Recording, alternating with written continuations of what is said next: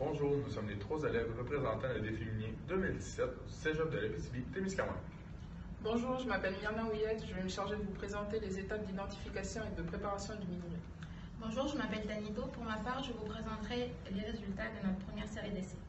Bonjour, moi c'est Nicolas Royer. Je vais vous présenter les résultats de la deuxième série d'essais ainsi que la conclusion de cette présentation. Bon visionnement! Afin d'établir le procédé de traitement adapté au minerai, nous avons dans un premier temps déterminé la composition minéralogique du minerai et par la suite localisé sa provenance. Nous avons déterminé que le minerai contient de la sphalérite et de la chalcopyrite.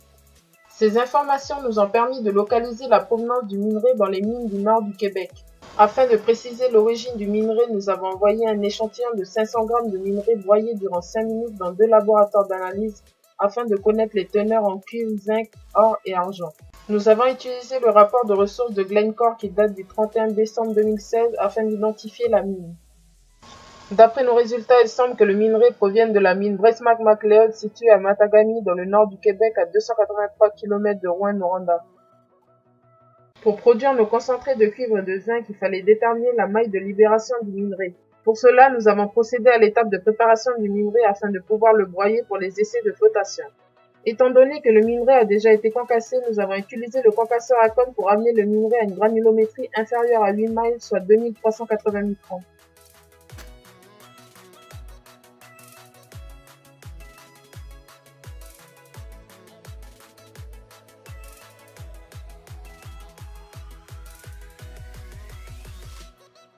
Après son passage au concasseur à cône, on tamise le minerai sur le tamis Sweco 8 miles. Le minerai grossi retourne au concasseur jusqu'à avoir 100% du minerai inférieur à 2380 microns.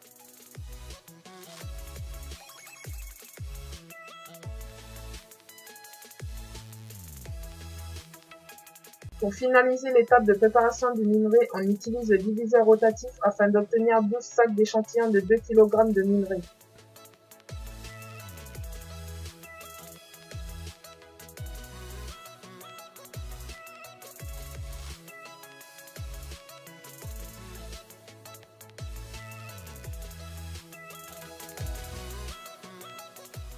Suite à l'étape de préparation du minerai et au sac d'échantillons, on réalise le broyage à sec du minerai à différents temps. Tout d'abord un broyage à 13 minutes, ensuite à 20, puis à 30 et enfin un broyage de 45 minutes.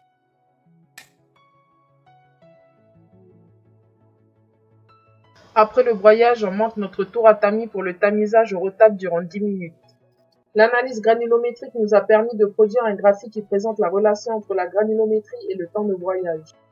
C'est une information utile à posséder pour les essais de flottation car elle fournit une indication relative concernant l'énergie de broyage nécessaire pour obtenir une maille donnée dans l'alimentation de la flottation.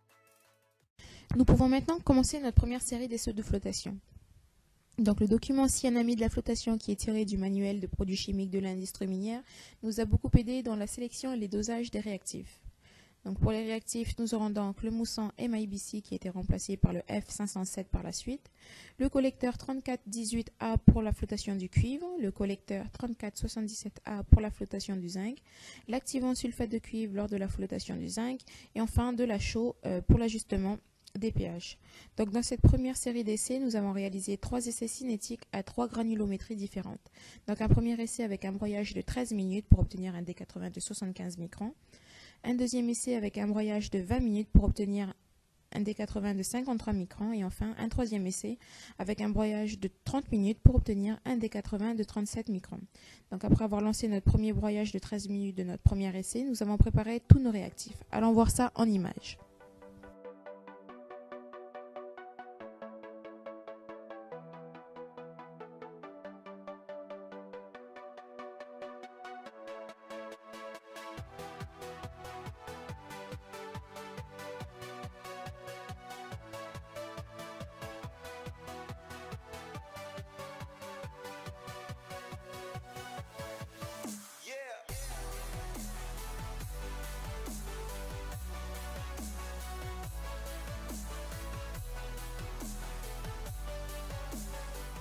Voyons maintenant à quoi ressemble notre flowsheet. Donc c'est un flowsheet assez simple qui commence avec un broyage, puis une partie flottation du cuivre avec un dégrossissage et 2 épuisages, et une partie flottation du zinc avec un dégrossissage et 3 épuisages. Nous obtenons donc 3 concentrés de cuivre, 4 concentrés de zinc et un rejet final pour chaque essai. Voici quelques vidéos de nos flottations.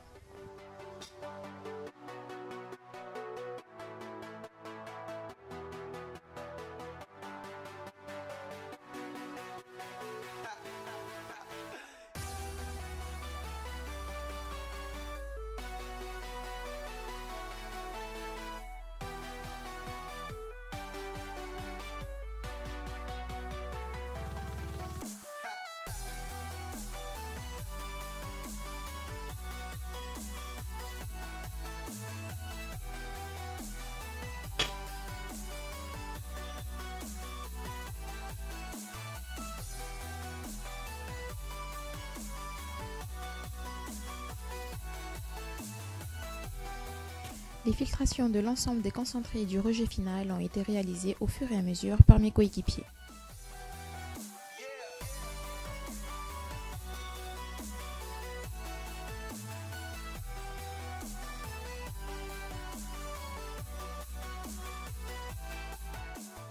Les concentrés et les rejets sont restés à l'étuve, puis le lendemain, nous avons préparé les échantillons et les avons envoyés au laboratoire d'analyse. Dès la réception des résultats d'analyse, nous avons réalisé le bilan métallurgique de nos 3 essais. Voici les résultats. Comme on le constate rapidement, on obtient une récupération en cuivre entre 78 et 89% pour le premier concentré de cuivre des 3 essais et une récupération en zinc entre 49 et 65% pour le premier concentré de zinc des 3 essais, ce qui est assez satisfaisant. La première chose à faire après avoir réalisé le bilan métallurgique des 3 essais a été de tracer le graphique de la récupération en fonction des D80. Cela nous a permis de choisir le D80 où il y avait selon nous la meilleure récupération du zinc. Comme on peut le constater sur le graphique, l'essai qui a eu la meilleure récupération en zinc et en ayant la plus faible récupération en cuivre est l'essai 1 avec un D80 de 75 microns.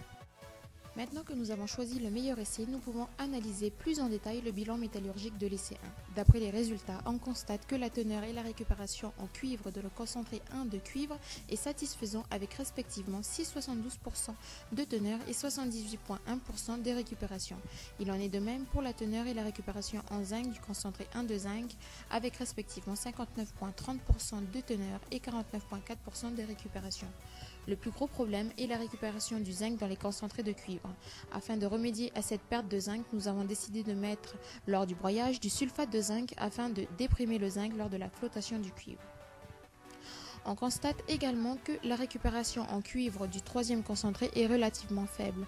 Il serait donc recommandé de supprimer le 3e concentré de cuivre et d'en faire finalement que 2. Il en est de même pour la récupération du zinc dans les concentrés de zinc 3 et 4. Il faudra également les supprimer pour en faire finalement 2. Étant donné que le but est d'obtenir un concentré de zinc à haute teneur, il sera nécessaire d'intégrer à notre flowsheet 3 étapes de nettoyage au dégrossissage du zinc. Par la suite, nous avons décidé de réajuster le temps de flottation pour le cuivre et le zinc afin de maximiser nos récupérations. Tout d'abord, le graphique des teneurs de concentré de cuivre cumulé en fonction du temps de flottation cumulé. Après avoir tracé une courbe de tendance pour ce graphique, il est possible de constater que le temps de flottation maximum pour récupérer la teneur totale de cuivre de l'alimentation calculée, soit 0,96%, est de 6,10 minutes. Étant donné que nous gardons 2 concentrés de cuivre, ce temps de flottation sera divisé en 2, soit environ 3 minutes de flottation pour chaque concentré. Voici ensuite le graphique des teneurs de concentré de zinc cumulé en fonction du temps de flottation cumulé. Ici aussi, après avoir tracé une courbe de tendance pour ce deuxième graphique, il est possible de constater que le temps de flottation maximum pour récupérer la teneur totale de zinc de l'alimentation calculée qui est de 8% est de 5,70 minutes. Étant donné que nous gardons 2 concentrés de zinc, ce temps de flottation sera divisé en 2, soit 2 minutes et 51 secondes de flottation pour chaque concentré.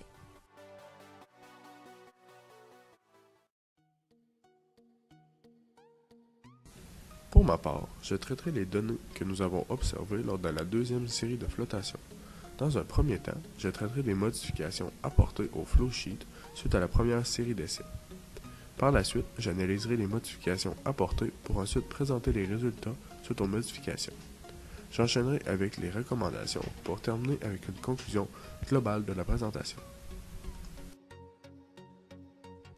Comme mentionné par ma coéquipière un peu plus tôt, nous avons ajouté du sulfate de zinc au broyage pour tenter de déprimer le zinc lors de la flottation du cuivre.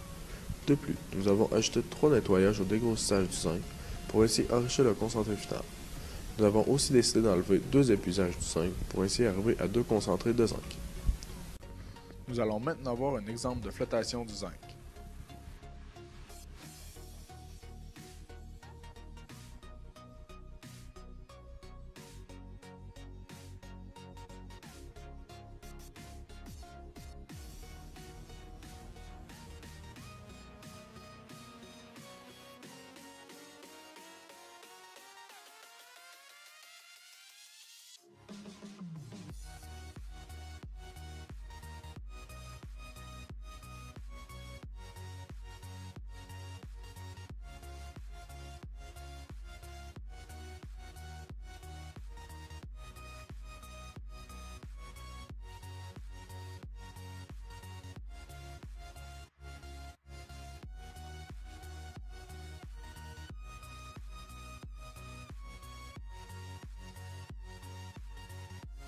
Pour ce qui est de l'analyse des résultats, nous avons remarqué que l'ajout du sulfate de zinc n'apportait pas d'amélioration. Cet ajout a même eu l'effet contraire sur le zinc. Nous pouvons ainsi affirmer qu'il y a un pourcentage de zinc cumulé dans les 2 concentrés de cuivre de 33% zinc, ce qui n'est pas acceptable. Comme on peut le voir à l'instant en jaune, ce sont les concentrés de cuivre qui contiennent beaucoup trop de zinc. Ainsi, selon le bilan métallurgique, nous pouvons observer que l'on a une récupération globale de 88% pour le cuivre et 64% pour le zinc. Par contre, on constate que la récupération en zinc dans le concentré de cuivre est trop élevée, soit de 30,5%. Pour ce qui est des recommandations, nous avons tout d'abord pensé à ajouter un rebroyage et des étapes de nettoyage au dégrossissage et à l'épuisage du cuivre. Ensuite, on devrait ajouter des étapes de nettoyage ainsi qu'un rebroyage du concentré de l'épuisage afin d'améliorer la récupération de zinc. Parallèlement, nous devrions enlever des étapes de nettoyage lors du dégrossissage du zinc puisque la teneur est satisfaisante après le premier nettoyage. Voici le nouveau flowsheet adapté aux recommandations.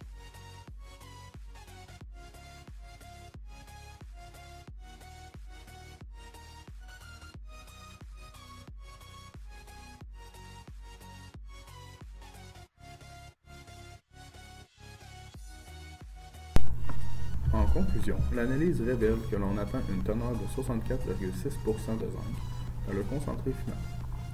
On obtient une récupération globale pour le zinc de 64%. Pour le cas du cuivre, nous avons obtenu une teneur de 5,86% pour une récupération globale de 88%. Merci de nous avoir écoutés.